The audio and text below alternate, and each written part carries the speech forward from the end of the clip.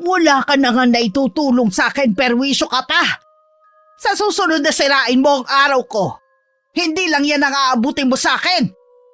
Tumigil ka sa kakaiyak mo! Lola Paz, bakit yung sinasaktan ng kapatid ko? Ano po ba ang ginawa niya? Yang kapatid mo, pagsabihan mo yan. Muntik na kami mapahamak dahil sa abnoy mong kapatid. Grabe naman po kayong magsalita.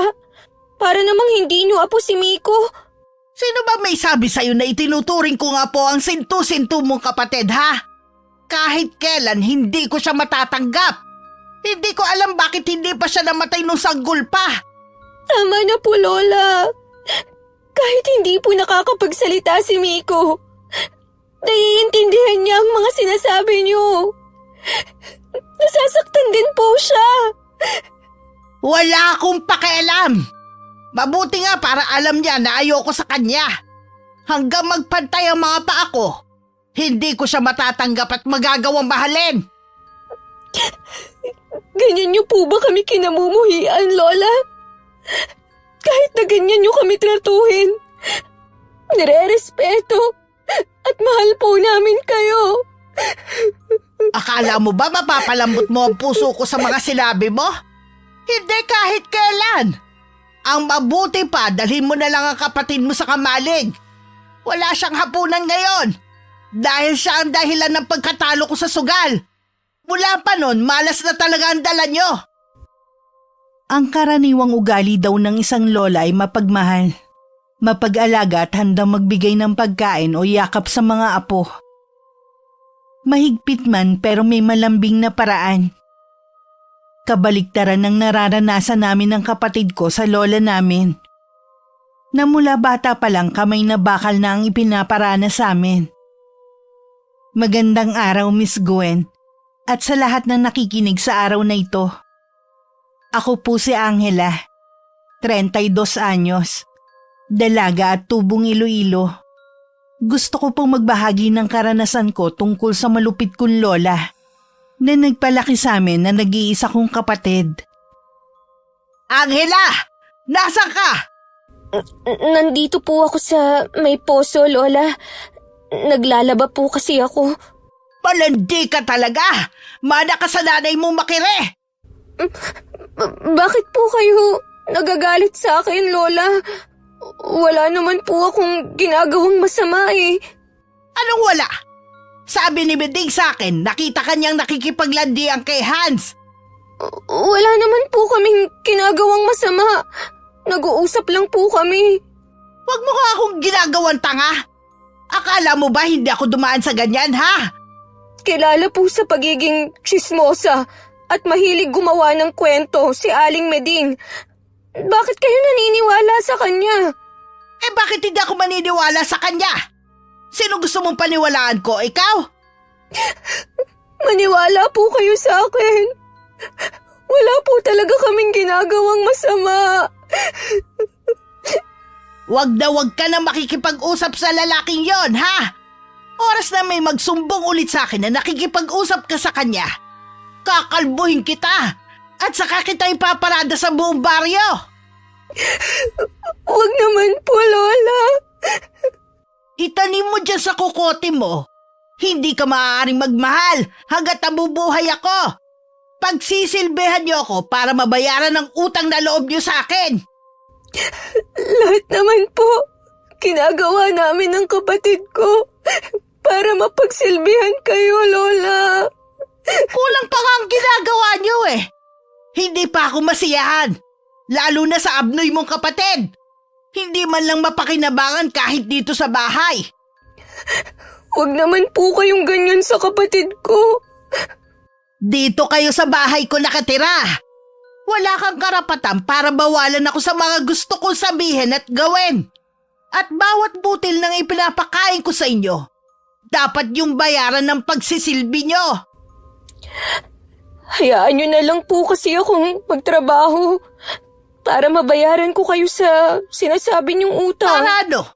Gumaya ka sa nanay mong mas inuna ang paglalande, ha? Hindi po paglalandi ang tawag doon. Nagmahal lang po siya. Tignan mo kung saan siya dinala ng pagmamahal niya. Maaga siyang namatay dahil sa kahirapan.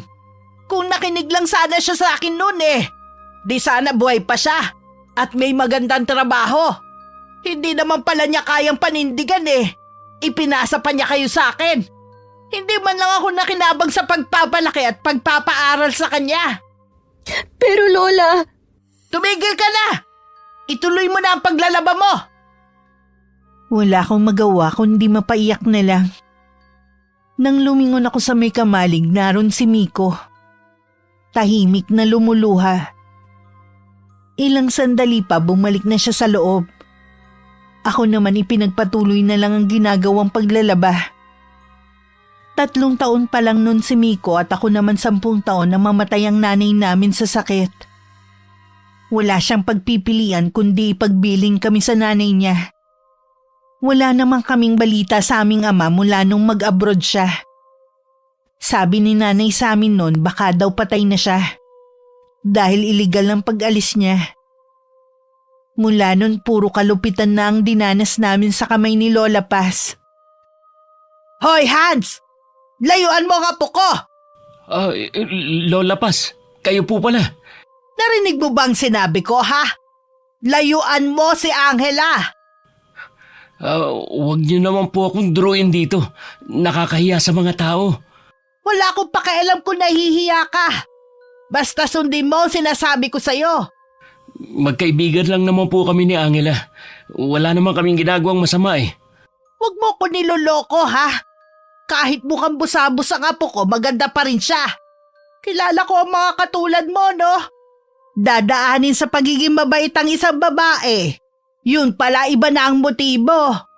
Wala naman po sigurong masama kung magkakamabutihan kami ni Angela. Pareho naman po kaming walang sabit pa. Hindi pwedeng pumasok sa isang relasyon si Angela.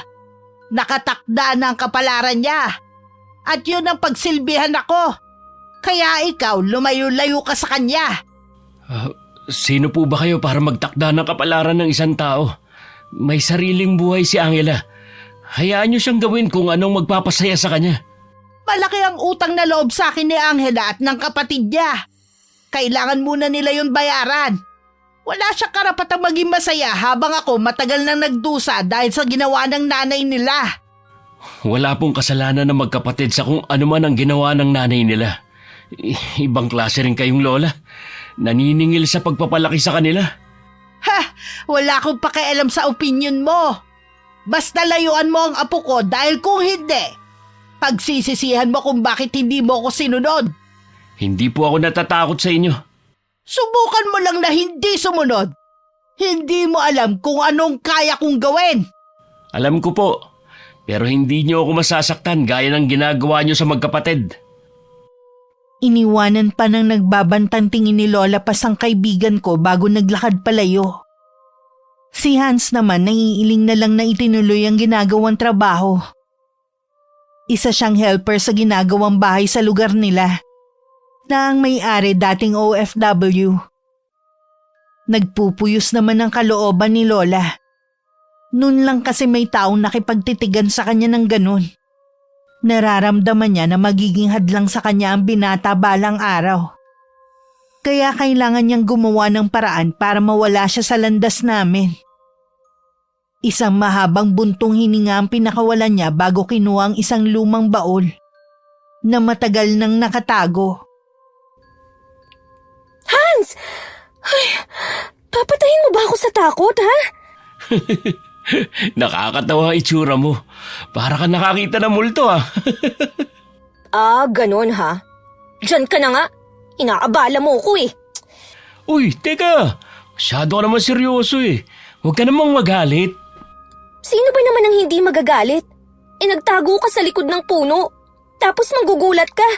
Tapos tatawa. Pasensya ka na. Hindi ko naman alam na magagalit ka Patawarin mo na ako. Sige na naman. Oo na. Pinapatawad na kita. Basta, wag mo na lang uulitin Inaabala mo ko Saan ka ba pupunta? Sa kabilang barangay. Doon ko susubukan na maglako ng kakanin. Baka sakaling maubos ang paninda ko. Kahapon kasi ang daming natira Kaya ba may mga pasaka na naman? Sinaktan na naman kayo ni Lola Paz? Hindi lang yun. Hindi na naman kami naghapunan ni Miko dahil hindi ako nakaubos ng paninda. Ang sama talaga ng lola nyo. Hindi ba niya alam na masamang ginugutom ang kapatid mo dahil sa kondisyon niya?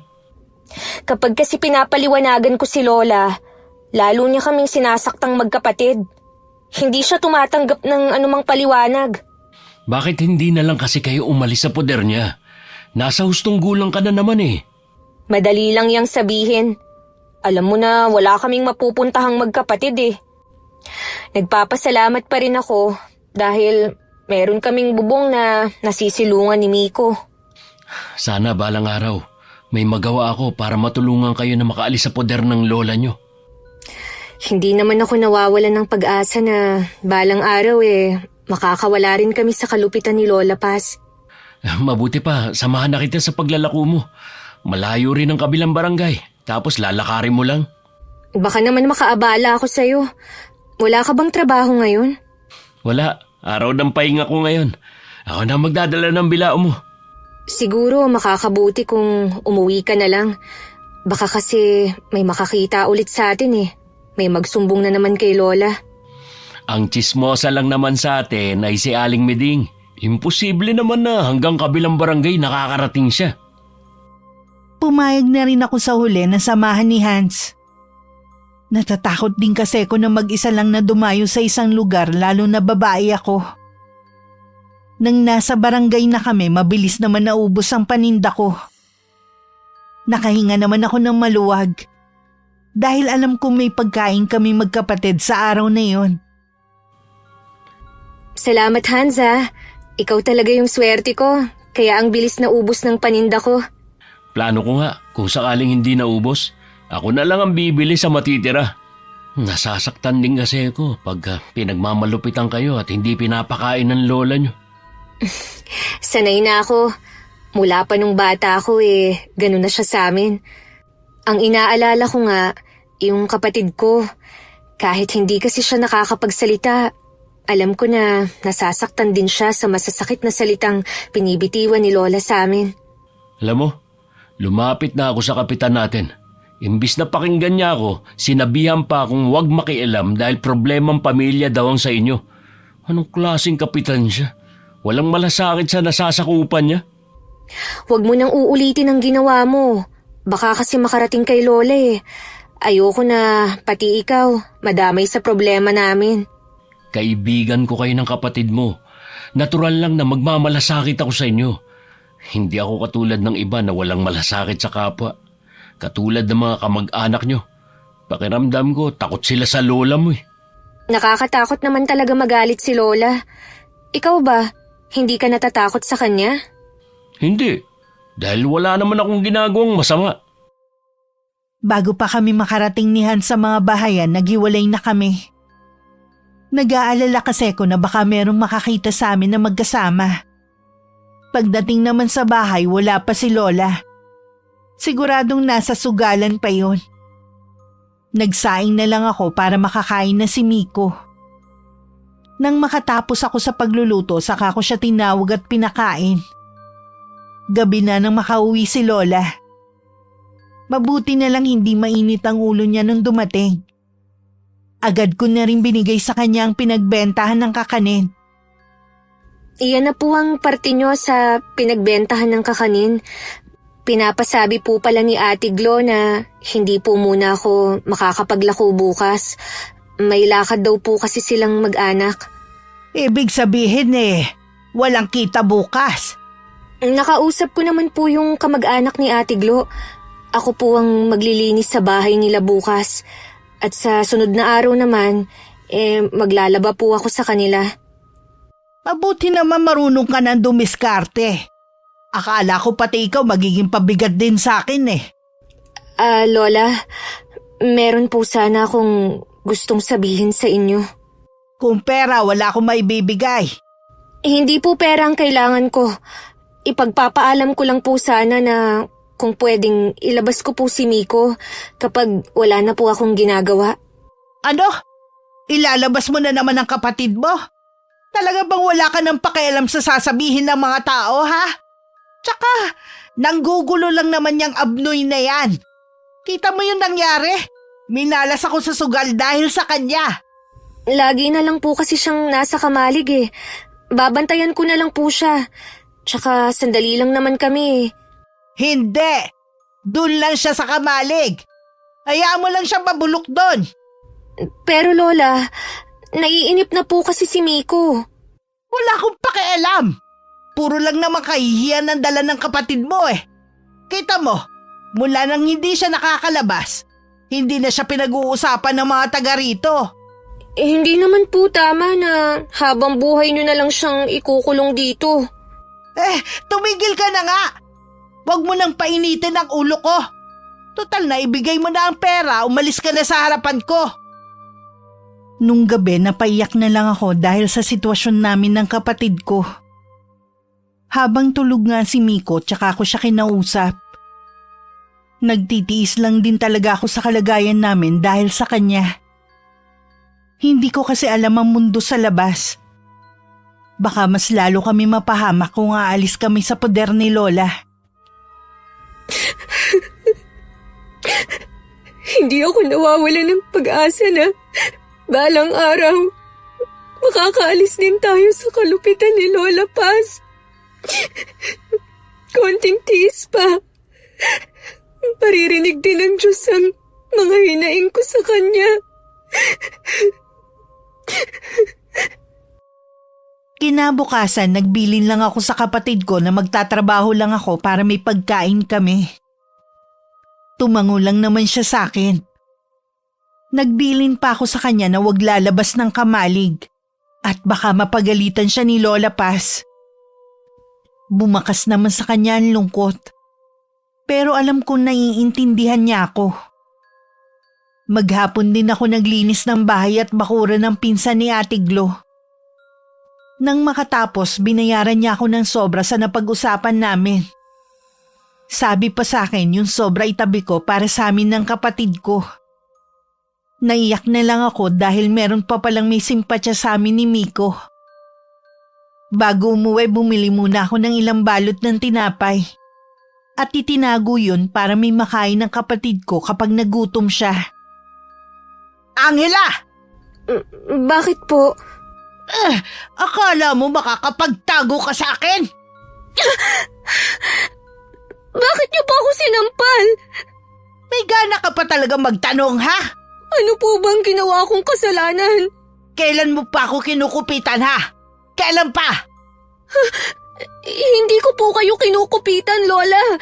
Hindi ko po magagawa yun. Sinungaling! Manang-mana ka talaga sa nanay mo. Magaling magtago ng sekreto. Pero hindi na ako papayag na maisahan mo. Sino na naman po ba ang nagsumbong sa inyo? Si Meding. Kanina nakita kanyang maraming biniling tinapay sa tindahan pagkatapos mo maglinis. Paano ka makakabili ng tinapay kung hindi mo binawasan ang kita mo?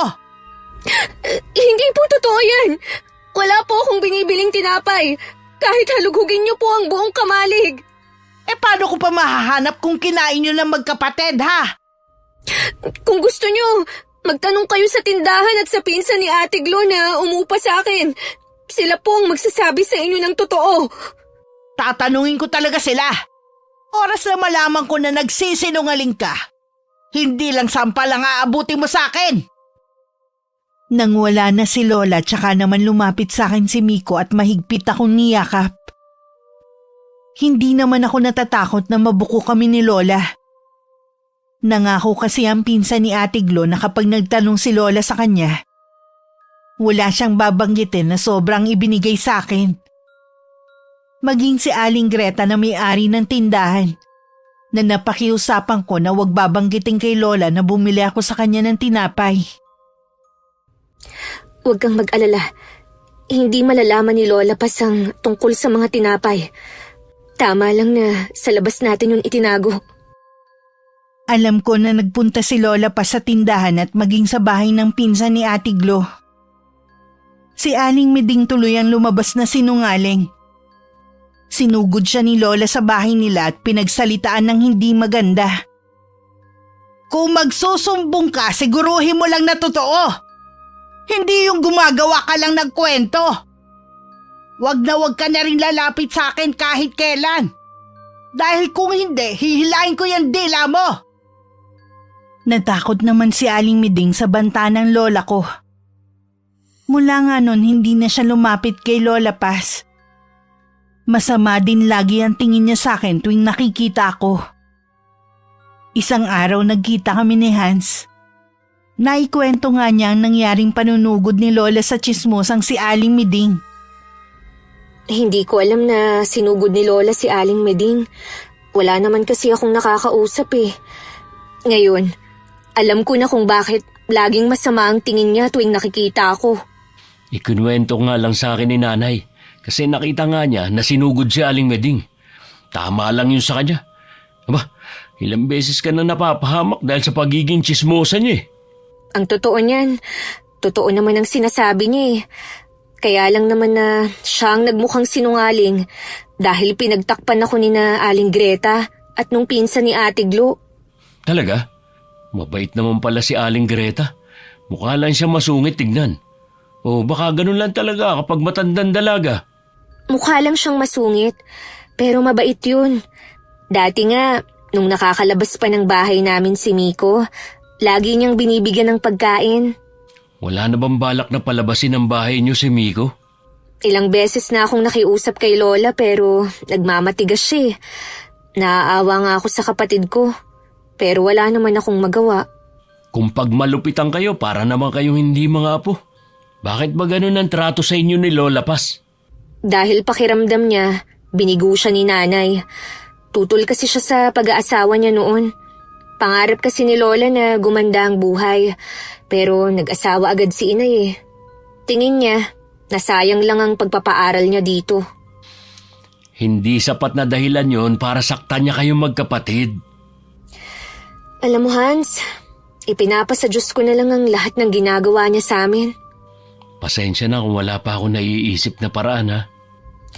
Wala rin kaming ibang mapupuntahan kung sakali. Magtitiis na lang kami sa bahay ni Lola Paz. Malay mo, bigla siyang magbago. Sa kaso ng lola mo, malabo yung sinasabi mo. Ayokong mawalan ng pag-asa. Alang-alang sa kapatid ko. Tama lang na hindi mawala ng pag-asa habang nabubuhay tayo. Si Hans lang ang nagkaroon ng lakas ng loob na kaibiganin ako. Kahit anong pananakot ni Lola pa sa kanya, hindi siya natitinag. Isa rin siya sa nagpapalakas ng loob ko para magpatuloy sa buhay. Dayo lang silang mag-ina sa lugar namin. At binatilyo na nun si Hans nung dumating sila at naging magkaibigan kami. Ilang sandali lang nagpaalam na rin akong uuwi. Alam kong gusto niya akong ihatid sa bahay pero hindi pwede. Nakontento na lang siya na tanawin ako habang naglalakad palayo. Pagdating sa amin sa bungad pa lang ng pinto narinig ko na ang pagpalahaw ni Miko. Mabilis akong pumasok at naabutan kong pinapalo siya ni Lola ng 2x2. Agad ko niyakap ang kapatid ko para iharang ang katawan ko. Umalis ka dyan, Angela! Huwag mong iharang ang sarili mo! Ako na lang ang saktan niyo. Huwag na ang kapatid ko. Alam mo bang ginawa ng kapatid mo, ha? Nahuli kong nagnanakaw ng kanin sa kusina. Yun lang po ang ginawa ng kapatid ko. Pero halos patayin niyo na siya sa palo. Anong parang yun lang? Baka sa susunod, hindi lang kanin ang nakawin yan. Kanina pa pong umaga kami hindi kumakain ng kapatid ko. Hindi niyo man lang ba naiisip na baka nagugutom lang siya, kaya niya yun ginawa? Wala akong pakialam. Basta wag na siyang papasok dito sa pamamahay ko. Mula ngayon, hindi na siya pwedeng kumain. Maghintay siya kung may matitirang pagkain. Kung wala, pasensya yung kapatid mo. Wala po kayong karapatan na pagbawalan siyang kumain. Baka nakakalimutan niyo. Ako po ang naghahanap buhay sa bahay na to. At kayo, walang alam gawin kundi ang magsugal. Sumasagot ka na rin, ha? Gusto mo rin ba masaktan? Wala naman kayong alam gawin, kundi saktan kami, kahit sa maliit na pagkakamali. Aba, palabang ka na ngayon na. Sino ang pinagmamalaki mo, ha? Si Hans ba? Tinuturuan ka ba ng binatang yun na labanan ako? Wala pong kinalaman si Hans dito. Napupuno na lang din ako sa inyo. Wala kayong kasing sama. Ganon ha, masama pala. Ipapakita ko sa'yo kung gaano ako kasama. Sunod-sunod na palo ang ibinigay sa akin ni Lola Paz. Wala akong magawa kundi mapahiyaw na lang sa sakit. Lalo ko pang niyakap ang kapatid ko para sa akin lang tumama ang mga hampas ng 2x2 ni Lola. Ang mga nakakarinig na kapitbahay namin na kamag-anak din ni Lola, napapailing na lang. Kahit naaawa kasi sila sa amin, hindi naman sila pwedeng makialam. Dahil mananagot din sila sa matanda. Parang meron silang kinatatakutan dito. Tama na po, Lola. Sa susunod, hindi lang yan ang aabutin niyo sa akin. At yung Hans na yon, humanda siya sa akin. Hindi ako papayag na maimpluwensyahan kanya. Pabayaan niyo na lang po si Hans. Wala naman po siyang ginagawang masama eh. Wala. Akala mo yata hindi ko alam ang lihim niyong pagkikita. Kahit walang magsabi sa akin, may mga mata akong laging nakasubaybay sa inyo. Hindi ka pwede magkaila sa akin. Nang umalis si Lola Paz, tsaka ako'y nakay ang kapatid ko sa kamalik. Doon ko tiningnan ang mga pasa niya. Sumenyas pa ang kapatid ko na 3 beses lang daw siyang pinalo. Ako daw ang mas nakakaawa. Okay lang ako, Miko. Hindi kawawa si ate. Basta maprotektahan lang kita. Huwag ka na ulit kukuha ng kanin sa kusina, ha? Gagawa na lang ako ng paraan para makapagtago ulit tayo ng mga tinapay. Ayoko na saktan ka ulit ni Lola Paz. Tumango naman si Miko at yumakap pa sa akin. Dahil wala namang kaming gamot, tiniis na lang namin ang sakit ng mga latay sa katawan namin. Kinabukasan, kahit hirap sa paglalakad, naglako pa rin ako ng kakanin. Pero sa baryo lang namin. Hindi ko pa kasi kayang lumakad ng malayo. Dahil sa lalim ng iniisip ko, hindi ko na malayang nasa tapat na ako ng bahay ni na Hans. Sandali ako napahinto. Nang akma namang aalis na ako, tsaka naman lumabas si Hans at lumapit sa akin. Kailangan ko na kasing umalis. Kailangan pang maipaubos to. Teka lang naman, huwag ka munang umalis. Ano yung mga pasa sa braso mo? Sinaktan ka na naman ba ng lola mo? Oo, kami ng kapatid ko. Iniwan ko nga siya na may sinat eh. Gusto ko sana siyang bantayan muna. Kaya lang, mananagot ako kay Lola Paz kung hindi ako kikita ngayon. Kaya hayaan mo na akong umalis. Marami pa akong paninda. Bibiling ko na lang yung paninda mo para maaga ka makauwi ngayon. Bibigyan na rin kita ng paracetamol para kay Miko. Lagi kasing meron nun dito sa bahay. Nakakahiya naman sa'yo. Sobra na ang ginagawa kong pang-aabala sa'yo. Huwag ka na mahiya. Magkaibigan tayo. At ako lang ang pwede mong malapitan. Maraming salamat Balang araw, makakabayad din ako sa'yo. Hindi naman ako naniningil sa mga nagawa kong tulong Halika na muna sa loob ng bahay. Alam ko, nagugutom ka na rin. Nakakahiya naman sa nanay mo. Mabait ang nanay ko. Tahimik lang kasi siya lagi, kaya napagkakamalang suplada. Tsaka wala siya rito ngayon. Mamaya pa ang uwi niya. Nag-aalangan man pero pumasok na rin ako sa loob ng bahay nila. Pinaghanda pa ako ng pagkain ni Hans at nagbalot pa siya para sa kapatid ko. Nang makita na hindi lang ako sa braso may latay, pati rin sa binte dahilan ng paika-ika kong lakad, napahinga na lang siya ng malalim. Hans, ayoko na pati ikaw. Madamay sa galit ni Lola Paz. Kaya makikiusap sana ako sa'yo na kung pwede, iwasan mo na lang ako. Hindi ko naman kayo matitiis ng kapatid mo.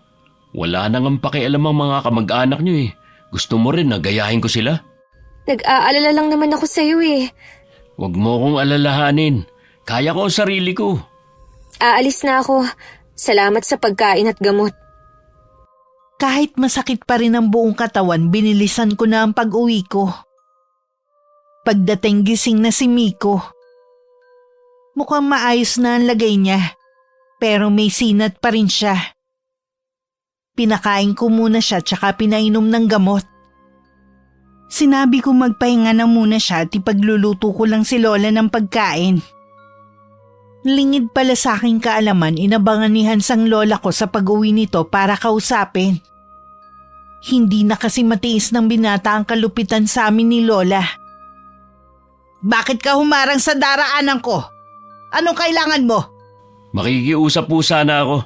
Natigilan niyo na ang pananakit sa magkapatid. Sino ka para sabihin sa akin yan? Ni katiting po bang awa wala man lang kayong nararamdaman? Mga apo niyo po sila. Di ba binalaan na kita nun? Huwag kang makikialam sa amin.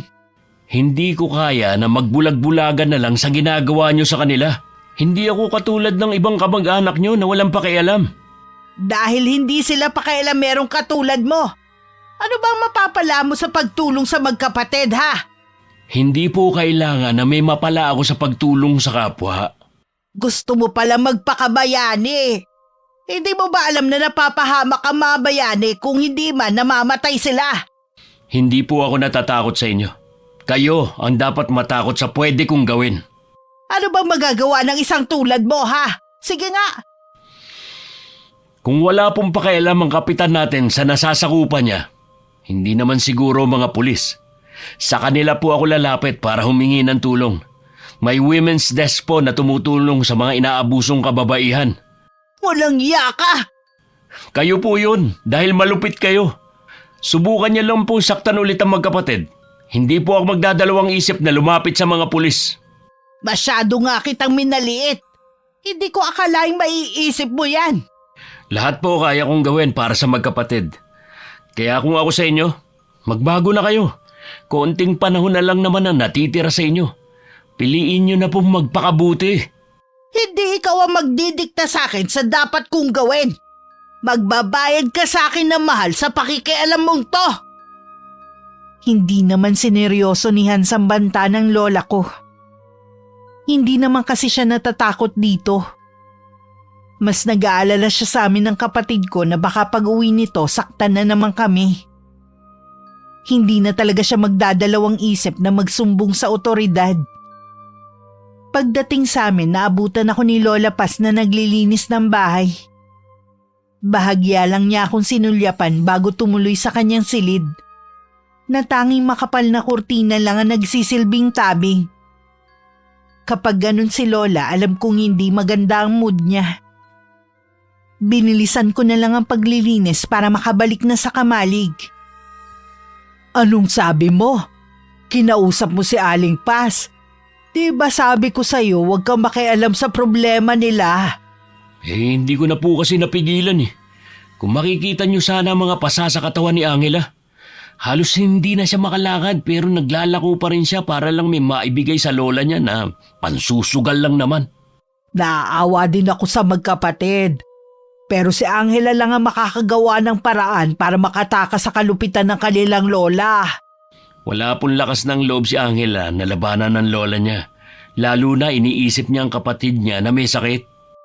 Alam ko gusto mo lang makatulong sa kaibigan mo. Pero anak, dayo lang tayo sa lugar na to. Ayoko lang na bandang huli ikaw ang mapapasama. Hindi po yan mangyayari. Sa tingin ko naman natakot si Lola pa sa banta ko na magsusumbong ako sa otoridad kapag hindi pa niya tinigilan ang pananakit sa magkapatid. Sana nga iho. Hindi nga ako makapaniwalang may ganun palang kalupit na tao Ako nga rin po Akala ko sa mga nababasa ko lang may ganung tao. Mangako ka sa akin na huling beses mo nang kakausapin si Aling Paz. Opo, Nay. Pero sana, huwag niyo akong pagbawalan na tulungan si Angela. Ako lang po ang kaibigan niya at maaasahan. Hindi kita pagbabawalan sa bagay na yan. Ang gusto ko lang iwasan mo ang kanyang lola. Huwag niyo pong sabihin na natatakot din kayo sa kanya katulad ng ibang tao. Hindi ako natatakot sa kanya pero sa pwede niyang gawin sa'yo. Mabuti na rin na umiwas tayo sa gulo para hindi tayo pag-initan. Kaya sumunod ka na lang sa akin, ha? Opo, Nay. Pasensya na kayo kung pinag-alala ko kayo. Kapansin-pansin ang pagiging tahimik ni Lola Paz nitong mga nagdaang araw. Palagi rin siyang nasa bahay at nagkukulong sa kanyang silid. Kinakabahan man sa kakaibang ikinikilos nito, nagpapasalamat naman ako na hindi niya kami pinagbubuhatan ng kamay. Masungit pa rin naman siya kapag kinakausap kami. Pero hindi na rin niya kami pinagdadamutan ng pagkain. Sa dami ng ginagawa ko, hindi ko na malayang 2 linggo ko na palang hindi nakikita si Hans. Hindi ko naman siya nakakasalubong. Nahihiyaman, naglakas loob ako nang puntahan siya sa kanila. Baka kasi may sakit siya kaya hindi ko nakikita. Pagdating sa kanila, siya mismo ang nagbukas ng pinto. Pagkakita sa kanya, hindi ko maitago ang pagkagulat. Hans, anong nangyari sa'yo? Nagkasakit ka ba?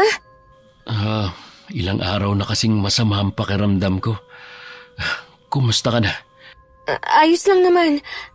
Nag-aalala kasi ako sa'yo kaya pumunta na ako rito.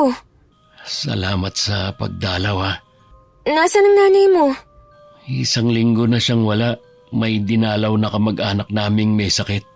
May iniinom ka bang gamot? Oo, tableta at saka yung herbal ni nanay. Sana dumating na ang nanay mo para may makasama ka na rito. Mahirap kasi yung mag-isa ka lang tapos masama pa ang pakiramdam mo. Salamat sa pag-aalala mo. Pero ayos lang naman ako. Baka bukas nandito na rin si nanay. Maiba nga pala ako. Kumusta kayo ng kapatid mo? Sinasaktan pa ba kayo ng lola nyo? Ayun, masungit pa rin siya sa amin. Pero hindi na niya kami sinasaktan. Tsaka hindi ko na rin pinapapasok si Miko sa bahay ni Lola para hindi na siya mapagalitan. Kahit ganun ang kondisyon ng kapatid ko, madali naman siyang makaintindi. Mabuti naman kung ganun. Gusto ko na maging matapang ka. Hindi kasi sa lahat ng oras nasa tabi mo ko para tulungan ka. Anong ibig mong sabihin? Aalis ka ba? Hindi ako aalis. Ang ibig ko lang sabihin, maging matapang ka na umalis sa poder ng lola mo. Ilang beses ko na yung naiisip Lalo na kapag naaalala ko kung paano maltratuhin ni Lola ang kapatid ko. Kaya lang, saan kami pupunta? Gusto mo bang makipagsapalaran sa Maynila? Maynila? Di ba malayo yun? Oo, doon hindi na kayo masusundan ng lola mo. Makakapagbagong buhay kayo doon. Buong buhay ko, dito lang sa baryo umikot ang buhay namin ng kapatid ko. Hindi ko alam kung kakayanin ko bang mamuhay sa malayo. Kailangan mong maging matatag para sa kapatid mo. Tutulungan namin kayo ni nanay. May alam kami kung saan mo pwedeng iwan si Miko at makakapagtrabaho ka pa. Hayaan mo. Pag-iisipan ko ang sinabi mo. Hanggang makauwi, laman ng isip ko ang mga napag-usapan namin ni Hans. Magkahalo ang nararamdaman ko ng mga sandaling yun. Naghahangad din ako na mabago ang buhay namin ni Miko. Tama nga siguro ang kaibigan ko. Kailangan namin makalayo kay Lola Paz. At baka sa Maynila nga kami makakapagbagong buhay. Habang kumakain nga kami ni Miko, binanggit ko sa kanya ang Maynila. Nakita ko ang kislap ng kasiyahan sa mga mata niya. Mukhang gusto rin niyang makarating doon. Mag-iipon lang ng lakas ng loob si ate. Makakaalis din tayo rito. May mga taong tutulong sa atin. Habang naglalako ako ng kakanin, may narinig akong usap-usapan na malala na raw ang sakit ni Hans. Parang sandaling huminto ang ikot ng mundo sa matinding kabang nararamdaman ko. Kahit hindi pa ubos ang paninda ko, agad na akong pumunta sa bahay nila. Ang nanay niya nagbukas sa akin at nagpapasok. Nang tanungin ko kung pwede kong makita ang binata, hindi niya ako hinayaan na makalapit dito. Pinasilip lang niya ako sa pinto ng silid ni Hans. Sobrang payat nito at makikita na agad na malala ang karamdaman niya. Hindi ko na napigilan na mapaiyak dahil sa awa sa kanya. Ano pong nangyari kay Hans? Bakit hindi niyo pa po siya dinadala sa ospital? Kahit naman dalhin ko siya sa ospital, hindi rin naman nila makikita ang tunay niyang sakit eh. Ano po ang ibig niyong sabihin? May kumukulam sa anak ko. Po? Kulam? Oo, iha. Mamamatay na po ba si Hans? Naririnig ko po kasi sa ibang tao na malubha na ang lagay niya. Hindi, iha. Gagaling si Hans. Hindi ako papayag na magtagumpay ang mangkukulam na yon. Ipagdadasal ko po ang kaligtasan niya. Salamat, iha. Gusto ko pa po sanang magtagal. Kaya lang po... Naiintindihan naman kita. Pwede ka namang bumalik dito bukas. Malay mo magaling na si Hans. Opo, babalik po ako bukas. Hinatid pa ako ni Aling Mila hanggang sa may pinto. Habang naglalako nga ako, mabigat ang pakiramdam ko. Iniisip ko kung sino ang gagawa nun sa binata. Samantala, nagising na si Hans dahil sa matinding uhaw na nararamdaman. Narinig ko po na may kausap kayo. O baka nananaginip lang ako? Nandito si Angela kanina. Nabalitaan niya siguro ang nangyari sa akin. Narinig nga daw niyang pinag-uusapan ka ng mga taga rito.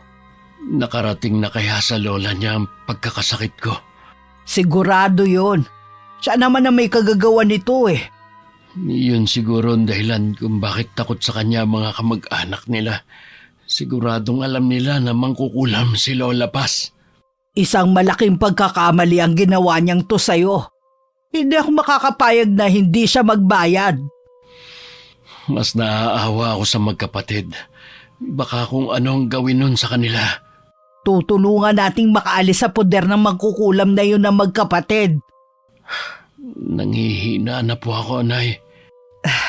Kailangan mo magtiis. Mamayang gabi ang pinakamainam na oras para gamutin kita. Gusto ko rin malinlang si Aling Paz at isipin niya nagtagumpay siya sa ginawa niya. Ito pala ang ibig niyang sabihin sa pagbabanta sa akin. Hindi niya alam. Mahusay din kayong manggagamot at may kaalaman din sa itim na mahika. Akala ko pa naman sa pagtira natin sa lugar na to, hindi ko na magagamit ang kaalaman ko sa kulam. Sadya talaga ibang plano ng Panginoon sa pagtira natin dito. Kakaiba ang saya ni Lola Paz nang dumating. Siguro nanalo sa sugal kaya masaya siya. Sa sobrang tuwa niya, sinabihan niya kaming sabayan siya sa paghahapunan. Aligaga naman akong sumunod sa kanya. Noong una ayaw ng kapatid ko pero napilit ko rin. Alam niyo ba na may sakit ngayon si Hans? Sabi naghihingalo na daw ang binatang yun eh. Iyon po ba ang dahilan kung bakit kayo masaya ngayon? Oo, sa wakas kasi wala nang makikialam sa atin. Hindi naman po yata tama na maging masaya kayo habang merong nagdurusa. Wala akong pakialam sa opinyon mo. Nakikisalo kayo ngayon sa akin. Ibig sabihin, nakikisaya kayo. Hindi naman po namin alam na ito ang dahilan nyo kung bakit nyo kami pinasalo sa hapunan. Magpasalamat na lang kayo. Kumakain kayo ngayon ng hindi tira-tira. Ngayon lang to, bukas doon na ulit kayo sa kamalig. Lola, pwede ko po bang dalawin si Hans bukas?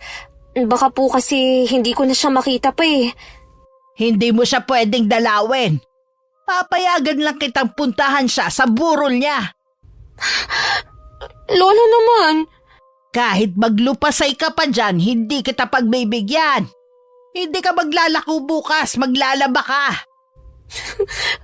La, sige na naman po. Huwag ka na magpumilit pa. Mabuti pa bumalik na kayo sa kamalig. Baka mawalan pa ako ng ganang ituloy ang pagkain ko. Kahit hindi pa kami tapos kumain, napilitan na rin kami na tumayo ng kapatid ko. Kahit si Miko, halata sa kanya ang pag-aalala kay Hans. Mabait kasi ang binata sa kanya. Noon kapag wala siyang trabaho, nakikipaglaro talaga siya kay Miko. Binibili rin niya ito ng mga gusto sa tindahan. Sana naman, gumaling ka na, Hans. Huwag kang susuko sa taong kumukulam sa'yo. Nung gabing yon, panay ang dasal ko sa isip na sana malampasan ni Hans ang nangyayari sa kanya. Hindi rin ako makatulog kaya bumangon ako at lumabas ng kamalig para sana sumagap ng sariwang hangin. Natigilan lang ako nang makita ko si Lola na palabas din ng bahay at may dalang kandila. Papunta siya sa magubat na bahagi sa likod ng bahay. Saan pupunta si Lola Paz ng ganitong oras? Bakit siya may dala pang kandila? Ang liwanag naman ng buwan ah. Kahit anong isip ko, wala akong mahanap na sagot sa mga tanong ko. May ilang sandali rin ako naghintay na bumalik si Lola. May 1 oras din yata bago siya bumalik at wala na siyang dalang kandila. Maya-maya pumasok na rin ako sa loob ng kamalig at nahiga na sa tabi ni Miko. Kinabukasan maaga pa rin akong bumangon at nagpunta sa bahay ng isang kakilala ni Ate Glo. Doon kasi kung maglalaba ngayon. Dahil hindi naman marami ang nilaban ko, maaga akong natapos. Dumaan na rin ako sa bahay ni Hans pero sarado yun na parang walang tao. Sinubukan ko pang tumawag pero walang sumasagot. Wala nga sigurong tao. Saan naman kaya sila nagpuntang mag-ina? Sinubukan ko rin magtanong sa mga kapitbahay. Pero wala ni isang nakakalam kung nasa na mag-ina. Wala naman daw nakakita sa pag-alis ng mga to. Tingin din daw nila walang tao sa bahay nila. Dahil wala silang naririnig na ingay mula sa loob. Umuwi na lang ako sa amin. Baka makarating pa kay Lola na nanggaling ako sa bahay nila. Lalo na nakita ko ni Aling Miding. Matuloy na lumipas ang 1 linggo na wala akong naging balita kay Hans. Tuwing dumadaan ako sa kanila, sarado pa rin ang bahay nila. Napansin ko ring humahaba na ang mga damo sa harap ng bahay nila. Ibig lang sabihin, hindi pa rin sila umuuwi. Ang daya naman. Hindi ka man lang nagpaalam sa akin, Hans. Babalik pa ba kayo? Malapit na ako sa bahay nang marinig kong may kausap si Lola. Parang boses ng nanay ni Hans. Dala ng kuryosidad, lumapit pa ako malapit sa may pinto at tahimik na nakinig sa pag-uusap nila. Hindi ko alam ang sinasabi mo. Wag na kayong magkaila pa. Alam kong kayong kumulam sa anak ko. Ang lakas ng loob mo para paratangan ako. Kaya mo bang patunayan ang binibintang mo sa akin? Isa akong manggagamot. Baka ibig mo sabihin huwad na manggagamot. Sa tagal nyo na naninirahan sa lugar na to ni minsan wala akong nabalitaan na ginamot mo. Dahil nung lumipat kami rito, tinalikuran ko na ang panggagamot ko. Kung ganun napagaling mo si Hans. Hindi nga nagtagal ang paghihirap niya Ay nako, hindi ako naniniwala. Nararamdaman kong wala na siya at nakulong na sa garapon ng kanyang kaluluwa. Baka ibang kaluluwa ang nakulong ninyo. Sa mga susunod na araw, malalaman niyo rin na nagsasabi ako ng totoo na buhay at magaling na ang anak ko. Hoy, huwag ka magkakamali na ipagkalat ang nalalaman mo tungkol sa akin. Hindi ko yun gagawin. Dahil naniniwala ako na may balik din sa inyo ang mga ginawa nyo. Sige na, umalis ka na sa bahay ko. Baka kung ano pa magawa ko sa'yo. Binabalaan ko kayo. Wag na wag nyo nang sasaktan ang anak ko. Hindi nyo alam ang kaya kong gawin. Bago pa nila malamang nakikinig ako, mabilis na akong umalis sa kinatatayuan ko at bumalik sa kamalig. Inayos ko muna ang sarili ko bago ko pumasok sa kusina at inabot ang kinita ko ng araw na yun. Naghanda na rin ako ng hapunan namin. Nakikita mo ba ang kaibigan mong si Hans? Hindi po, Lola. Matagal ko na nga siyang hindi nakikita eh. Nag-aalala na nga ako eh. Baka nga namatay na ang binatang yon at tinatago lang ng kanyang ina. Huwag naman po sana. Mabait naman si Hans eh. Kalimutan mo na ang taong yon, ha? Ang kumita ng pera na lang ang intindihin mo. Hindi na sapat ang binibigay mo sa akin. Wala naman po akong mapapasukang iba dito sa atin. Nakakahiya naman na magtaas ako ng singil. Pwes gawin mong dalawang trabaho mo sa isang araw para mas malaki ang maibigay mo sa akin. Susubukan ko po na makapaghanap pa ng ibang trabaho. Mabuti naman madali ka ng kausap ngayon. Kung sa bagay, malakas lang naman ang loob mo na sumagot-sagot sa akin dahil sa Hans na yon. Ngayong wala na siya, wala ka na rin magiging kakampi. Hindi pa naman po tayo sigurado kung talagang wala na siya. Huwag ka na sabing umasa na makikita mo pa siya. Huwag mo kong galitin sa katigasan ng ulo mo. Opo, Lola. Mas naniniwala pa rin ako sa sinabi ni Aling Mila na magaling na si Hans. Nagtataka nga lang ako kung bakit hindi pa siya nagpapakita sa akin. Nang sumunod na mga araw, bumalik na naman sa pagiging mapanakit sa amin si Lola. Laging mainit ang ulo niya kapag umuuwi dahil talo sa sugal. Tawa na po kayo, Lola. Mga malas kayo sa buhay ko! Mula sa nanay niyo hanggang sa inyo, hindi man lang ako nakaranas ng swerte. Hayaan niyo na lang po kami na makaalis. Kasi naman po sinasaktan niyo kami ng kapatid ko. Hindi kayo aalis sa punder ko. Nakalimutan niyo na ba babayaran niyo ang bawat sentimo na pinakain ko sa inyo? Wala po kayong karapatang pabayarin sa amin ang kinakain namin. Ako po ang naghahanap buhay para makakain tayo araw-araw. Sumasagot ka pa ah. Halika nga rito. Bitiwan niyo po ako, Lola. Saan niyo ako dadalhin? Tuturuan kita ng leksyon sa palagi mong pagsagot-sagot sa akin. Wala kang respeto. Manang-mana ka sa nanay mo.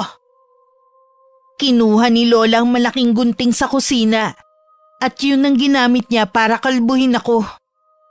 Umiiyak naman na pinigilan siya ni Miko. Pero malakas lang siyang itinulak ni Lola. Huwag kang makialam! Dahil kung hindi, malilintikan ka rin! Pareho kayong malas ng ate mo! Giginhawa lang siguro ang buhay ko kapag pareho na kayong wala! Tama na po, Lola Paz! Maawa na kayo sa akin! Alam mo na noon pa, wala na akong awa sa inyong magkapatid. Tingnan ko lang kung meron ka pang may pagmamalaki pagkatapos ng gagawin ko sa'yo. Halos wala nang natirang buhok sa ulo ko. At tumutulo pa ang dugo mula sa mga sugat na natamo sa gunting na ginamit ni Lola. Kumuha naman ng damit si Miko at pinunasan ang dugo ko sa ulo. Salamat, Miko, ha? Huwag ka nang umiyak. Okay lang naman si ate eh. Ilang buwan lang, hahaba na rin ang buhok ko. Tuwing naglalako ako, pinagtitinginan ako ng mga tao. Yung iba natatawa sa itsura ko. Ang ilan naman naaawa sa akin. Alam kasi nila kung sino ang dahilan kung bakit ako kalbo. Hindi ko na tinakpan ang ulo ko para makita nila. Tutal yun naman ang gusto ni Lola, ang mapaya ko sa mga tao. Hindi ko lang akalain na mas marami ang nagalit kay Lola sa pagkakataong yun. Kaya nung umuwi nung gabi, galit na naman siya sa amin. Ano gusto mong palabasin, ha, Angela? Hindi ko ho kayo naiintindihan, Lola. Huwag ka na magmaang-maangan pa. Gusto mo akong pasamain sa mata ng mga taga rito. Nagpapaawa ka pa sa kanila. Hindi ko naman po kagustuhan na maawa sila sa itsura ko. Dapat kasi tinakpan mo ang ulo mo. Sinasadya mo kasing ipakita na kalbo ka. Hindi ko na po kayo maintindihan. Pagkatapos niyo akong kalbuhin, ayaw niyo namang malaman ng ibang tao. Kung ayaw niyo palang napapahiya kayo, tumigil na kayo sa pagmamalupit sa amin. Walang yaka talaga. Walang utang na loob. Tama na po, Lola. Tigilan niyo na po ang pagsampal sa akin. Hindi kita titigilan hanggat hindi na mamagaya mukha mo. Mas matindi ka pa sa nanay mo. Dahil sa itsura ko, ilang araw din akong hindi muna pinayagan ni Lola Paz na lumabas ng bahay. Sa bahay lang ako naglilinis at pagkatapos babalik na sa kamalig. Dahil din sa wala akong kinikita, isang beses lang sa maghapon kami kumakain. Wala na akong lakas. Pero kailangan ko pa rin sundin ang ipinapagawa ni Lola na mabibigat na gawain. Katatapos ko lang mag-igib noon at bumalik na ako sa kamalig. Ganun na lang ang gulat ko sa nadatnan ko na kasama ni Miko sa loob. Hans! Hans! Ikaw nga! Buhay ka! Pasensya ka na kung ngayon lang ako nagpakita. Doon kasi ako sa bahay ng tiyuhin ko nagpagaling. Tapos binigyan naman niya ako ng trabaho. Kaya matagal bago ako nakabalik dito sa atin. Ano nangyari sa'yo? Yan ba ang dahilan kung bakit hindi ka naglalako? Sobra na ang ginagawa ni Lola Paz sa amin. Akala ko pa naman nagbago na siya kahit papano. Kasi bago ko magkasakit, hindi niya na ako sinasaktan. Mabuti pa. Umalis ka na. Baka mahuli ka pa ni Lola Paz. Mamaya pa yun uuwi. Nakita ko siya nagsusugal. Siya nga pala. Nagdala ako ng mga pagkain para sa inyo. Salamat Mula kasi nung hindi na ako makapaghanap buhay, isang beses na lang kami kung pakainin ng Lola. Kumain ka na muna. Alam ko nagugutom ka na. Ilang araw na nga kaming nagtitiis sa gutom Alam ko. Kaya hindi ko na natiis na alamin ang kalagayan niyo dito. Hindi na ako nahiya pa kay Hans basta kumain na ako. Sunod-sunod ang naging pagsubo ko. At wala na akong pakialam kung magmukha akong patay gutom. Sa likod ng isip ko gagante ko sa pagmamalupit sa amin ni Lola. Napupuno na kasi ng galit ang puso ko sa kalupitan niya sa amin. Hans, paano ba kita mababayaran sa mga kabutihan mo sa amin? Sabi ko naman sa'yo, hindi ako naghihintay ng kapalit sa mga nagawa kong tulong.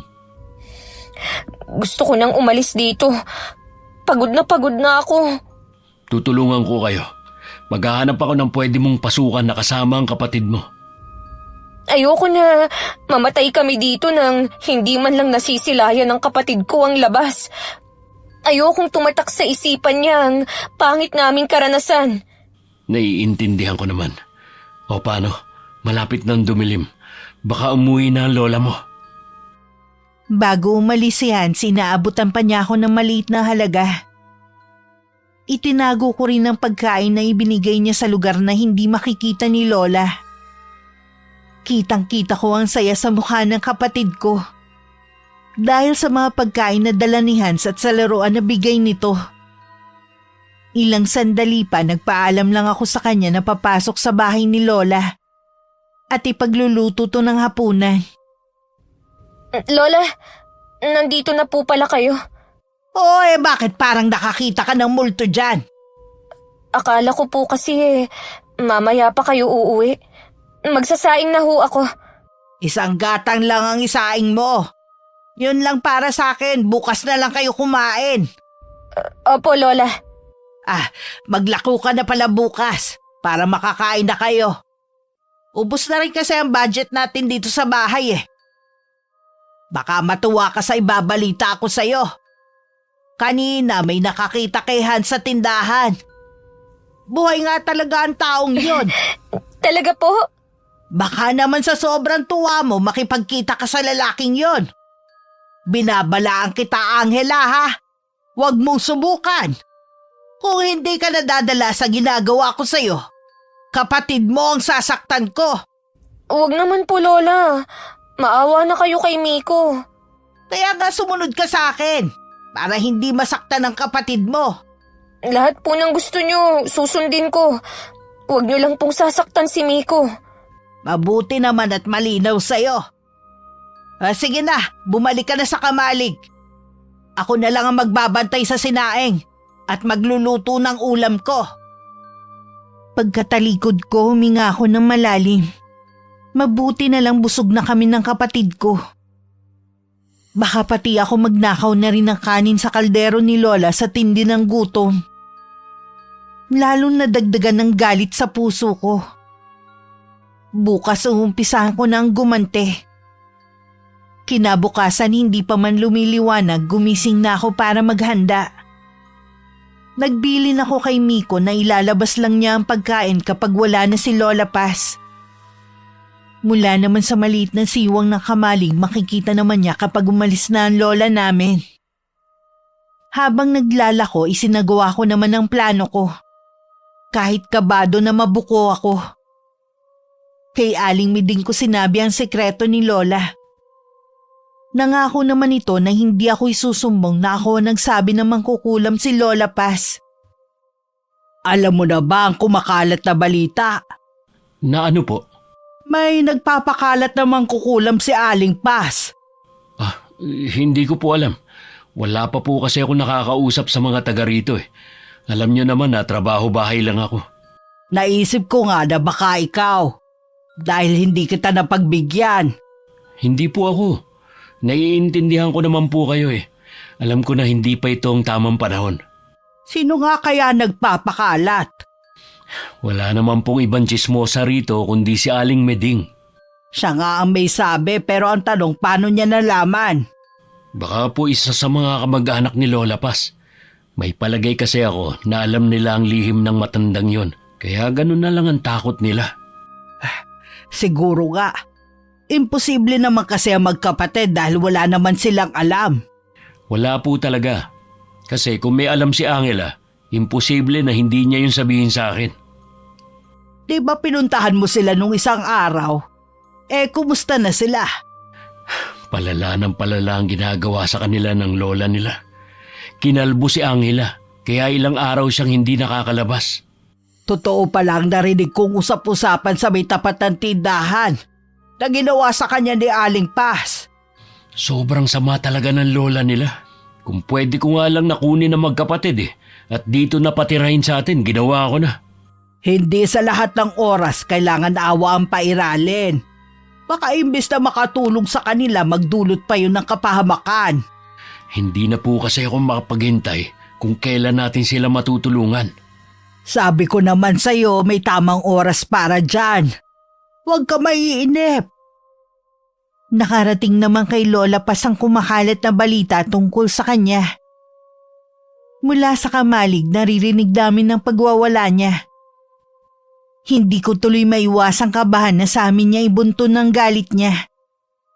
Sinabihan ko naman si Miko na oras na saktan kami ni Lola. Tumakas na siya at pumunta sa bahay ni Hans. Makalipas nga ang ilang sandali, tumahimik na sa buong bahay. Hindi kami lumalabas ni Miko sa kamalig. Gabi na rin naman siguradong wala nang iuutos ang lola namin. Kaya ganun na lang ang gulat ko nang biglang pumasok si Lola sa kamalig. Lola, may kailangan po ba kayo? Alam mo ba ang tungkol sa kumakalat sa akin, ha? Na kayo raw po mangkukulam? Alam mo ba kung sino nagpapakalat nun? Hindi ko ho alam. May palagay ako ang mag-ina ang may gawa nun. Bakit naman ho nila gagawin yun? Dahil ako ang pinagbibintangan ni Mila na kumulam sa anak niya. Hindi naman po tayo sigurado kung sila nga ang may gawa Oras na malaman ko kung sino ang nasa likod ng pagpapakalat ng mapanirang chismis na yon. Humanda siya sa akin. Anong gagawin niyo kapag nalaman niyo kung sino ang nasa likod ng nagpapakalat ng chismis? Huwag mo nang alamin pa. Matulog na kayo. Hindi ko napansin na kanina pa pala ako nagpipigil ng paghinga. Nang sulyapan ko si Miko, bakas din sa kanya ang takot. dahil sa biglang pagpasok ni Lola sa tinutulugan namin. Nang mga sumunod na araw, hindi pa rin nalaman ni Lola Paz. Sa takot marahil ni Aling Miding, nalaman na lang namin na umalis na siya kasama ang buong pamilya niya sa lugar namin. Hindi na rin napigilan ni Lola na kumprontahin ng mag-ina. Malakas kasi ang kutob niya na may kinalaman sila. Ano po ang ginagawa niyo rito? Alam ko na isa lang sa inyo ang nagpapakalat na isa akong mangkukulam. Wala po kaming kinalaman ng nanay ko sa kumakalat na balita tungkol sa inyo. Natural na itatanggi nyo. Kagaya po ba ng pagtanggi niyo dati na kayong kumulam sa akin? Gusto ko lang naturuan ka ng leksyon dahil ayaw mong tigilan ang apo ko. Wala naman po kasi kaming ginagawang masama ni Angela. Kayo tong puro kasamaan na lang ang ginagawa sa kanila. Hindi na makataong paggupit niyo sa buhok niya. Binalaan ko na kayo noon, di ba? Ngayon, humanda kayo. Ano ibig mo sabihin? Sinumbong ko na kayo sa otoridad sa mga ginagawa niyo sa magkapatid. Walang iya ka talaga. Masyado kang pakialamero. Sige, subukan yung sakta ng anak ko. Baka ngayon pa lang magkasubukan na tayo ng kapangyarihan. Noon pa man nararamdaman kong problema lang ang dadalhin niyo sa akin. Bakit ba kasi dito niyo naisipang tumira? Siguro po para merong tumulong at magligtas sa magkapatid sa kalupitan niyo. Magbabayad kayong mag-ina. Ay, mabuti naman umalis na siya. Grabe talagang lumalabas sa bibig niya. Kahit ano ang gawin natin, hindi siya natatakot. Malaki ang bilib niya sa kapangyarihan na meron siya. Alam ko po mas malakas kayo sa kanya. May alam kayo sa itim na mahika, pero ginagamit niyo lang sa kabutihan. Yon ang lamang niyo sa kanya. Kahit kailan, hindi nagtatagumpay ang kasamaan laban sa kabutihan. Tama ka, anak. Kabado si Lola Paz na baka nga may dumating ng mga pulis sa bahay namin. Kaya agad niya akong inutusan kung ano ang mga dapat kong sabihin. Ginawa niyang panakot sa akin ng kapatid ko para sumunod ako sa kanya. Nang may mga dumating nga para mag-inspeksyon sa bahay namin, ginawa ko lahat ng ipinapagawa ni Lola. Nalaman kong si Hans pa lang nagsumbong sa mga pulis tungkol sa pagmamaltrato sa amin ni Lola. Kung hindi ko lang iniisip ang kapakanan ng kapatid ko, sasabihin ko lahat ng ginagawang kalupitan sa amin ng lola namin. Akala siguro na mag-inang yun, maiisahan na nila ako. Huwag niyo na pong sasaktan si Miko. May trauma na po siya sa inyo. Hindi ko siya sasaktan basta sumunod ka lang sa akin. Ginagawa ko naman po lahat ng gusto niyo kahit noon pa eh. Dapat lang. Dahil kulang pa ang mga ginagawa niyo para makabayad. Isama niyo na ang utang na loob ng nanay niyo noon.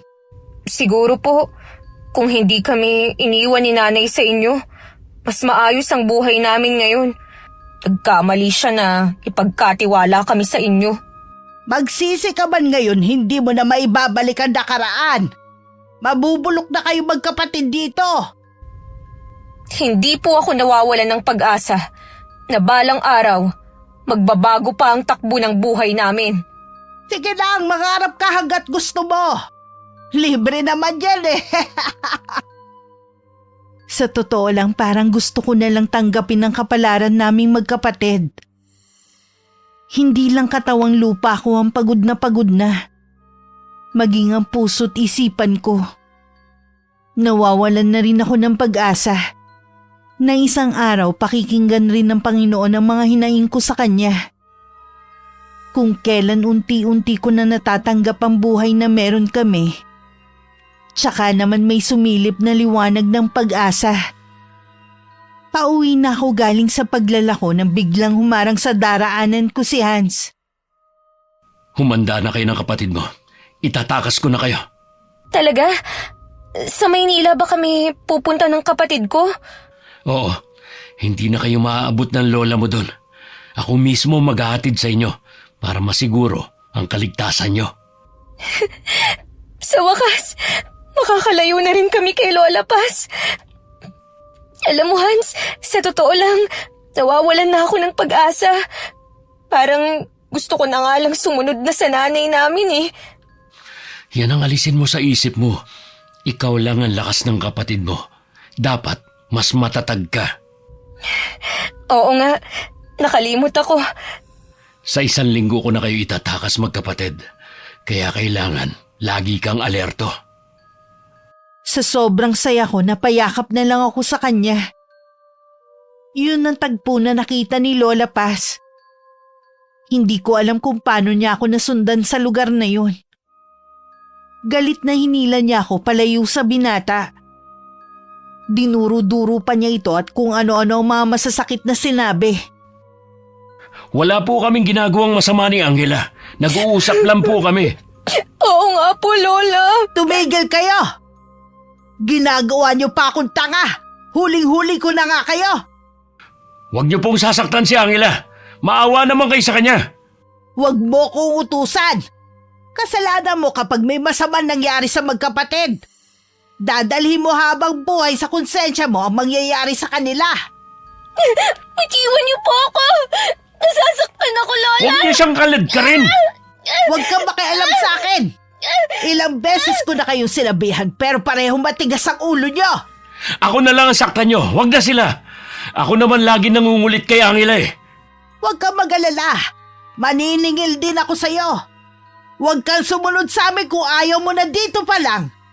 Makita mo na kung paano ko saktan ng babaeng to. Tulungan mo ako. Tumahimik ka. Malandi ka rin talaga. Sa labas pa talaga kayo nagyayakapan ng lalaking yon. Sa bagay nga kung ano ang puno, siya rin naman ang bunga. Parehong-pareho kayo ng nanay mo malandi. Mas inuna ang lalaki kaysa sa pangarap. Matitikman mo ngayon na matindi kong galit. 3 araw na mula nang mahuli kami ni Lola Paz na magkasama ni Hans.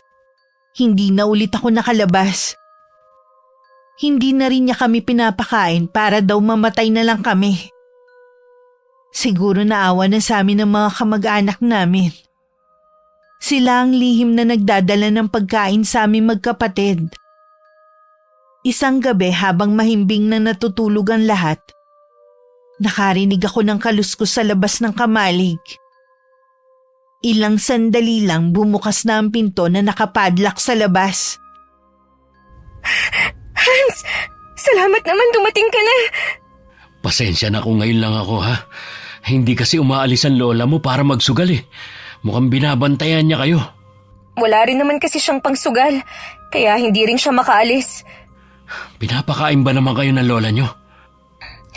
Mula nung mahuli niya tayo, hindi na niya kami dinalahan ng pagkain dito. Mabuti na lang, naawa na sa amin ang mga kamag-anak namin. Sila ang nagbibigay sa amin ng pagkain. Mabuti naman. Kung alam niyo lang, sobrang pag-aalala namin sa inyo ni Inay. Hans, ialis mo na kami rito ng kapatid ko.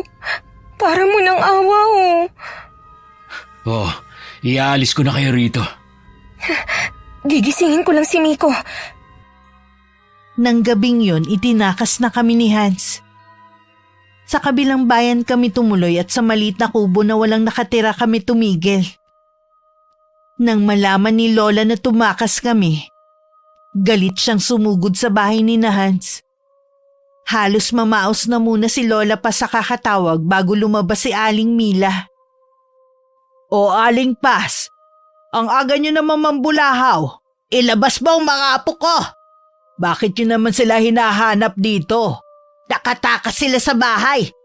Alam ko na anak mo lang ang pwedeng magtakas sa kanila. Nasa trabaho ang anak ko. Kaya malabo yung sinasabi nyo. Huwag mo na ang pagtakpan ng ginawa ng anak mo. Ilabas mo na ang mga apo ko. Wala nga sila dito. Hindi ako naniniwala sa'yo. Saan kayo pupunta? Hindi kayo pwedeng pumasok dito sa bahay ko na wala akong pahintulot. Angela! Miko! Lumabas kayo! Sinabi ko na nga na wala sila rito. Hindi ako naniniwala. Saan mo sila itinago? Hindi kayo pwedeng pumasok sa kwarto na yan. Ano ba ang meron sa kwarto na to, ha? Mga apo ko ba ang tinatago mo? Angela! Miko, nandito! Sinabi ko na sa inyo na hindi kayo pwedeng pumasok sa kwarto na to. Nalaman niyo tuloy ang matagal ko nang iniingatang lihim. Isa ka sa kataas-taasang mangkukulam. Ganun na nga. Mas malakas ang mahika na taglay ko kesa sa'yo. Bakit nandito ang litrato ko?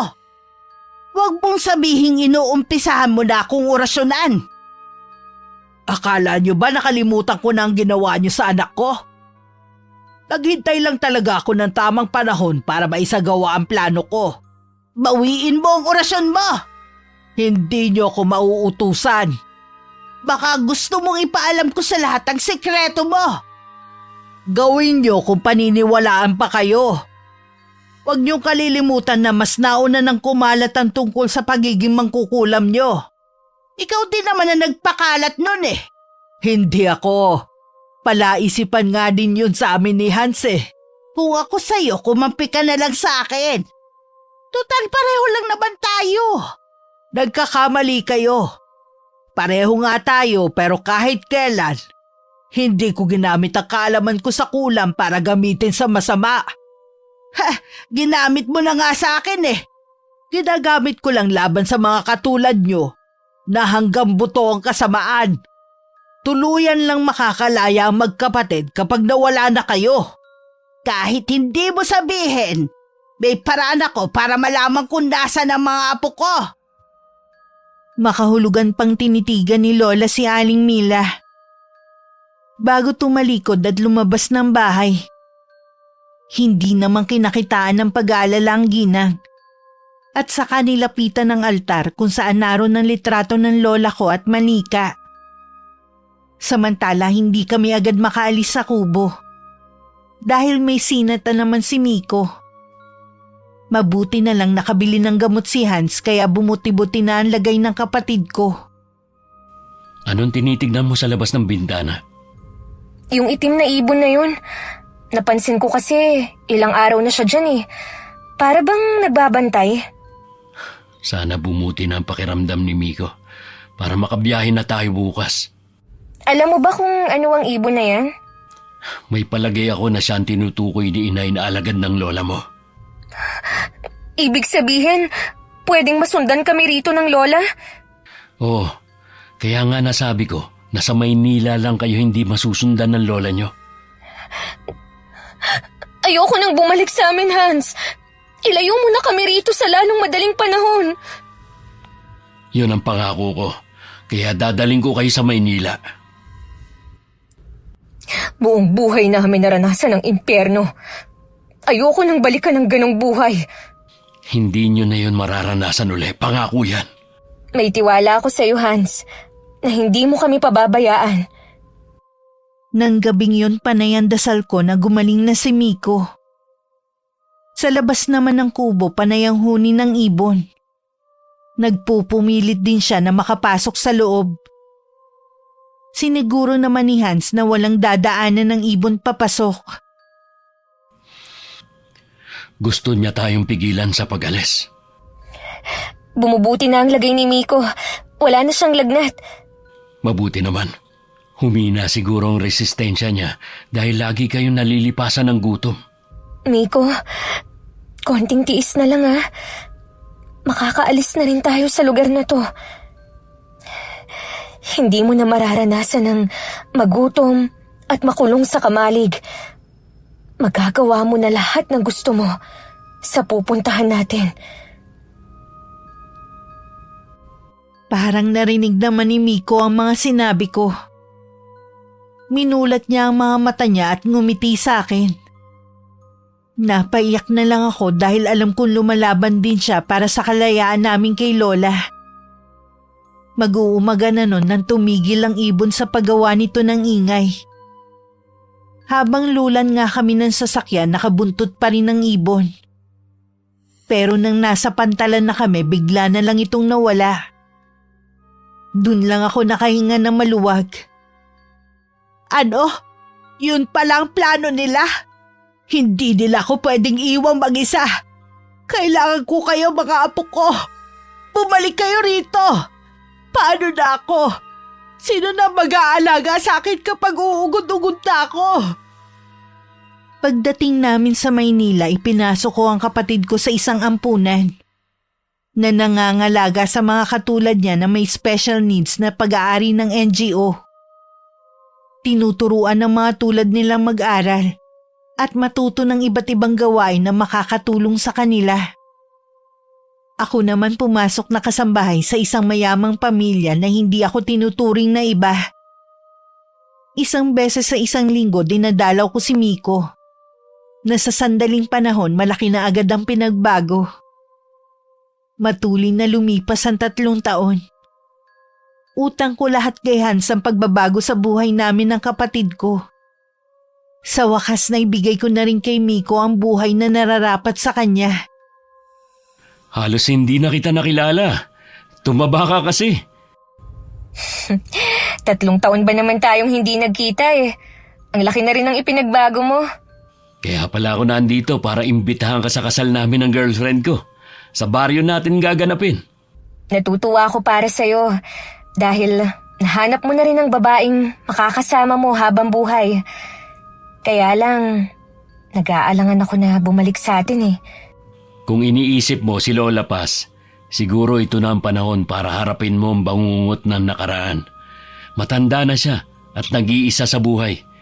Nung umalis kayo, hindi na rin siya inintindi ng mga kamag-anak nyo. Matagal na rin siya nagdurusa dahil sa kulam na iginawad ng nanay ko. Tanging ang pagkikita nyo lang ang makakaputol sa paghihirap niya. Hindi ko nga lang makakasama si Miko kung sakali. Alam ko na masaya na ang kapatid mo. Hayaan na lang natin siya. Sige, uuwi ako sa atin para dumalo sa kasal mo at para makita si Lola. Alam ko na pinatapang ka na ng panahon, kaya maaharap mo na ang lola mo. 2 araw bago ang kasal, umuwi ako sa amin. Sa loob ng 3 taon, marami na rin na nagbago, maliban sa mga taong nakatira. Kahit kinakabahan, lakas loob kong pinuntahan si Lola Paz ng mag-isa. Nakita ko siya sa may poso at nag-iigib. Mas tumanda na siya at kulubot na ang balat. Hindi na rin tuwid ang kanyang tayo. Kaya nang lumapit ako at kunin ang dala niyang timba, hindi niya agad ako nakilala. Hindi ko kailangan ng tulong mo! Lola Paz? Kilala ko ang boses mo. Ikaw ba yan, Angela? Ako nga po. Apo ko! Lumapit ka sa akin. Hayaan mo ba yakap kita? Nandito po ako, Lola. Salamat naman at bumalik ka na. Sayang hindi na kita makikita pa. Hindi na po ba kayo nakakakita? 3 taon na rin, Iha. Tuwing umiiyak ako, imbes na mga luha ang mga lumalabas, mga maliliit na uod ang lumalabas sa mga mata ko. Mula noon, unti-unti nang lumabo ang paningin ko hanggang sa tuluyan na ako mabulag. Ako na po ang magbubuhat ng mga timba nyo. Kasama mo ba si Miko? Hindi po, Lola. Ako lang pong mag-isang bumalik. Sa kamalig na pala ako nakatira. Kung saan kayo ilang taong nanirahan. Ano po ang nangyari sa bahay nyo? Iba na ang nagmamay-ari ng bahay ko. Sinamantala ng mga kaanak natin ang pagkabulag ko. Ibinenta nila at kinuha ang perang pinagbilhan. Napakasama naman nila para gawin yun sa inyo. Naniniwala ako na wala pa ring tatalo sa kasamaan ko sa inyo noon. Sana mapatawad ninyo ko, Apo. Yun lang ang hinihintay ko para matapos na ang paghihirap ko. Matagal ko na po kayong pinatawad. Ganon din po si Miko. Kung may babalik ko lang sana ang nakaraan, magiging mabuti ako sa inyo bilang lola. Lagi talagang nasa huli ang pagsisisi. Nandito na po ako, La. Pwede naman po tayong magsimula uli. Gusto ko na magsimula ka ng bagong buhay sa lugar na pinili mo. Malayo sa lugar na to na puro hindi magaganda ang alaala. Patawarin mo ko kung ako mismo ang nagbigay sa inyo ng pangit na alaala. Kalimutan na po natin ang nakaraan, La. Ngayon ko lalong napagtanto kung gaano kabuti ang puso mo. Ang hiling ko lang, Sana sa huling sandali ng buhay ko nasa tabi kita. Hindi po ako aalis sa tabi niyo. Salamat, Apo. Pinagbigyan mo ko. Ilang araw pagkatapos ng pagkikita namin ni Lola Paz nang hina na siya. Hanggang maratay na lang sa higaan. Kung ano-ano na rin ang nakikita niya. At ayaw niya akong mawala sa tabi niya. Sa ilang araw na yun, wala man lang sumilip sa kanya na kaanak namin. Naaamoy ko na naman ang kandilang yun. Alam ko, ilang araw na lang susunduin na ako ng lolo mo. Madalas ko na kasing maamoy ang paborito niyang pabango nung nabubuhay pa siya. Wala naman po akong naaamoy na kandila sa paligid at amoy pabango. Dahil hindi mo pa oras kaya wala ka naaamoy. Magpahinga na lang po kayo. Malapit na po kasing mag-umaga. Ikaw ang dapat magpahinga, iha. Ilang gabi ka ng puyat dahil sa pagbabantay sa akin. Huwag niyo po akong alalahanin. Nakakatulog naman po ako sa araw. Kapag nagkita kami ng lolo at nanay mo, sasabihin ko sa kanila kung gaano kakabait na ate sa kapatid mo. Sa kabila ng kalupitang dinadas mo, nagawa mo pa rin akong patawarin at alagaan. Dahil sa ilang gabi ng puyat, hindi ko alam na makakatulog ako. Nang magising ako, wala na si Lola. Basa ng dugo ang dibdib niya at buong higaan. Sa bibig niya may mga lumalabas na mga ipis, alupihan at mga uod. Tama nga ang sinasabi nila. Ang kamatayan parang magnanakaw, na basta na lang dumarating at umaalis na hindi namamalayan. Kay Hans ako nun humingi ng tulong para mailibing na maayos si Lola sa tabi ng puntod ni Inay. Nakakalungkot dahil ni isang kaanak. Wala man lang nag-abalang sumama sa paghahatid sa huling hantungan kay Lola Paz. Pakisabi sa nanay mo na hindi ako galit sa kanya sa ginawa niya kay Lola Paz. Pasensya ka na rin pala. Hindi ako nakapunta sa kasal mo. Ayos lang. Naiintindihan naman kita. Ngayon na ba ang balik mo sa Maynila? Oo. Kailangan ko na kasing bumalik sa trabaho ko eh. Hindi man lang ako nakabawi sa mga kabutihan mo sa akin. Kung gusto mo makabawi sa akin, ngayon pa lang, pumayag ka ng maging ninang na magiging anak namin ni Luella. Oo ba? Sabihan mo lang ako. Mag-iingat ka sa biyahe mo. Sana mahanap mo rin ang taong magmamahal sa'yo at sasamahan ka habang buhay. May 10 taon na ako naninirahan dito sa Maynila. Mula nang mamatay si Lola Paz, hindi pa ako nakakauwi sa probinsya namin.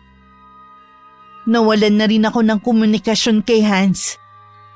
Mas pinili ko na rin na wag nang mag-asawa at talagaan na lang ang kapatid ko. Masaya at kontento naman ako sa buhay na meron ako, Miss Gwen. Hindi man ganun kadali ang pinagdaanan namin magkapatid sa mapanakit naming lola. Mas pinili ko pa rin magpatawad at magpakita ng kabutihan sa kanya sa nalalabi niyang sandali sa mundo. Dahil ang pagpapatawad ay hindi paglimot, kundi paglaya sa sarili. Wakas. Wala ka na nga naitutulong sa akin.